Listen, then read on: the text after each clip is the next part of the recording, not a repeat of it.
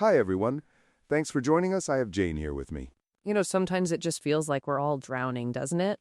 Like every single generation, honestly, feels like it's just completely submerged in its own unique mess. The news, the social media, the sheer volume of everything. Absolutely, Nash. It's that constant current pulling at you, isn't it? That feeling that no matter how hard you swim, you're barely keeping your head above water. And I think it's intensified now with information overload. We're not just drowning in our mess, but in everyone else's too, globally. Exactly. And it got me thinking about these ancient flood myths. They're everywhere, aren't they? From Mesopotamia to the Americas, indigenous cultures, across the globe, there's always a story about a great deluge that wiped everything clean. It just goes to show this feeling isn't new. Humanity has always grappled with the idea of things collapsing, of a world washing away. It's a really powerful recurring narrative, isn't it?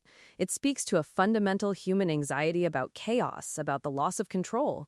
I mean, if you think about it, what's more chaotic than everything you know being swept away by water? It's the ultimate reset button, but a terrifying one. Right? And yet, when you look at the Hebrew story of Noah, it almost feels like it flips the script a little bit. It's not just about judgment, about this cataclysmic end. There's this incredibly profound layer of mercy woven into it too. It's judgment with a promise. That's a fantastic point, Nash. It's not just a you messed up, here's the consequence story. There's an active intervention, a path to preservation. And then the rainbow. I think that's where the real shift happens for me. It's not just a sign that the rain stopped. Oh, absolutely not. That's the core of it, for me. The rainbow isn't just the end of disaster, it's the beginning of a promise. It's a covenant. It's saying this won't happen again in the same way. But more importantly, it's a pledge of faithfulness. It's a hope for renewal, for a fresh start, even after everything has been utterly devastated. It's so much more than just a weather phenomenon, then. It's a cosmic deep breath moment. After all that chaos, all that loss, all that fear of the unknown, there's this beautiful ephemeral arc of color in the sky that says, hey, it's not over. There's still beauty and there's still a future. Exactly. And that leads me to something I've been pondering a lot lately. In our own lives, when everything feels like it's collapsing, whether it's a personal crisis, a societal breakdown, or just that overwhelming feeling we talked about, what small arc do we build to protect our values? What do we hold on to? Oh, wow, that's a powerful question, Nash. Because in the Noah story, the ark was a tangible thing, right? Wood, pitch, measurements. But for us, in the metaphorical flood inside us, it has to be something different. It has to be principles, I think, core beliefs. Exactly. It's not necessarily a physical structure. It's the things that, when everything else is being swept away, you refuse to let go of. The things that define you, that keep you anchored. For some, it might be family. For others, it's a commitment to truth or to justice or perhaps to kindness, no matter how harsh the world gets. I think about my own arc sometimes, and it's less about grand gestures and more about daily disciplines, like actively choosing gratitude even when things are tough, or making sure I still connect with people who uplift me even if I feel overwhelmed and want to retreat. Those feel like the planks I'm laying down. Yeah, those small, intentional acts. It's not about building this giant, unshakable fortress overnight. It's about the consistent effort, the daily decision to reinforce those values. And it can be messy, too. I mean, Noah's Ark wasn't exactly a luxury cruise liner, was it? It was built out of necessity, out of a deep understanding of impending doom, but also out of hope. And it was crowded, full of all sorts of creatures, which, if you think about it metaphorically, means our ark has to have room for complexity, for different perspectives, for the parts of ourselves that aren't always pretty, but are still part of who we are and who we want to be. It's about preserving life in all its forms, not just the comfortable ones. That's such a brilliant parallel, Jane. It's about preserving a diverse ecosystem of values, not just the ones that are easy or popular, but the ones that are essential for long-term flourishing. Think about empathy, for example. In a world that often feels polarized and combative, nurturing empathy is like building a really crucial wall on that arc. Totally. Or critical thinking. In an age of misinformation, being able to discern truth from noise feels like an essential skill for survival. It's a plank that strengthens the whole structure, preventing leaks of misinformation and fear from swamping us. And sometimes, building that arc means actively unplugging. It means setting boundaries around what information you consume and who you allow into your mental space. It's curating your environment, almost like Noah curating the animals for the ark. You're choosing what you bring in to protect what matters most. Yes, and I think a huge part of it is also recognizing that the flood will pass. It won't last forever. That's where the rainbow comes in, right? It's a reminder that even when you're in the deepest, darkest parts of the storm, there's an eventual clearing. There's a new land waiting, even if you can't see it yet. It's about maintaining that long-term vision. That's a challenging thing to do when you feel swamped in the present moment. But the very act of building the ark implies faith in a future. It implies belief that there will be dry land, that there will be a new beginning, and that your efforts now are not in vain. And it also implies a certain resilience. I mean, Noah and his family were on that ark for a long time. It wasn't a quick storm. They had to endure, to manage resources, to live in close quarters under extreme pressure.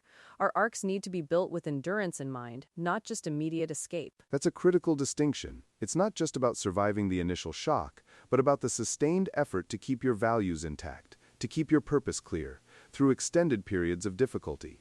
It's the difference between a flimsy raft and a properly constructed vessel. So how do we identify those foundational values that form the hull of our ark?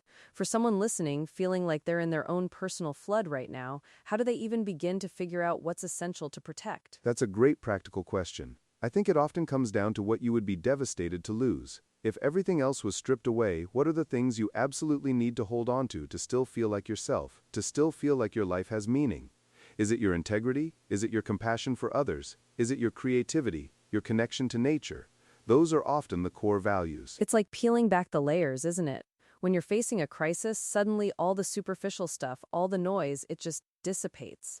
And you're left with what truly matters. That's the raw material for your ark. That's the gopher wood, or whatever your personal equivalent is. And the pitch, that sealant for the ark. I think that's self-awareness. It's knowing your weaknesses, knowing where you might leak, and actively working to seal those vulnerabilities. Being honest with yourself about where you might compromise your values, and preemptively shoring up those areas. Self-awareness as the sealant, I love that. Because without it, even the strongest planks can eventually succumb to the pressure. It's about understanding your own psychological and emotional vulnerabilities so you can reinforce them. Because let's face it, the flood inside us often stems from our internal landscape, not just external events. Absolutely. The external flood is a mirror to the internal one, I think. And the Noah story, in its deepest sense, isn't just about a historical event. It's an archetype for the human experience of navigating overwhelming change, loss, and then finding renewal. It's that cycle of devastation and promise that plays out in our own lives. And what about community in all this?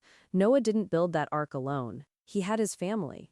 In our own lives, when we're trying to weather a personal storm, do we need to bring others onto our ark with us? Crucial point, Jane. We absolutely do. Our values are often best protected and reinforced within a supportive community. These aren't just values we hold individually, they're values we share and uphold collectively. The people who resonate with those values, who actively help you live them out, they become part of your ark's crew. They help you steer, they help you patch leaks. I can definitely relate to that. There are times when I've felt completely overwhelmed, and it's been the people in my life who reminded me of my own core principles, who helped me recenter. They were like the life rafts I needed to get back to my own ark. Yeah, exactly. And the cool thing about the rainbow is that it appears after the storm. It's not a promise that there won't be storms, or that you won't feel overwhelmed. It's a promise that the devastation won't last forever, and that there's always the possibility of a new covenant, a new beginning, a new world on the other side. And that, I think, is incredibly powerful. It makes me think that we should all be a little bit more like Noah, not in the sense of predicting the end of the world, but in having the foresight and the courage to build something meaningful before the storm hits, and then having the faith to navigate through it, knowing a promise awaits. Exactly, Jane. It's about proactive resilience, isn't it? It's about knowing your values, building your ark, and trusting that even when you can't see the dry land, the rainbow is waiting. It's about facing the flood inside us, not with despair, but with a quiet, determined hope. A beautiful way to put it, Nash. And it's a journey, not a destination. Our arcs are probably always under construction, always being reinforced, always adapting to the new waves, Couldn't agree more. So to everyone out there feeling the currents pulling, remember, what small ark are you building? What values are you sealing with self-awareness? And keep looking for that rainbow, because it's not the end of disaster, it's the beginning of a promise. That's a perfect thought to leave our listeners with today.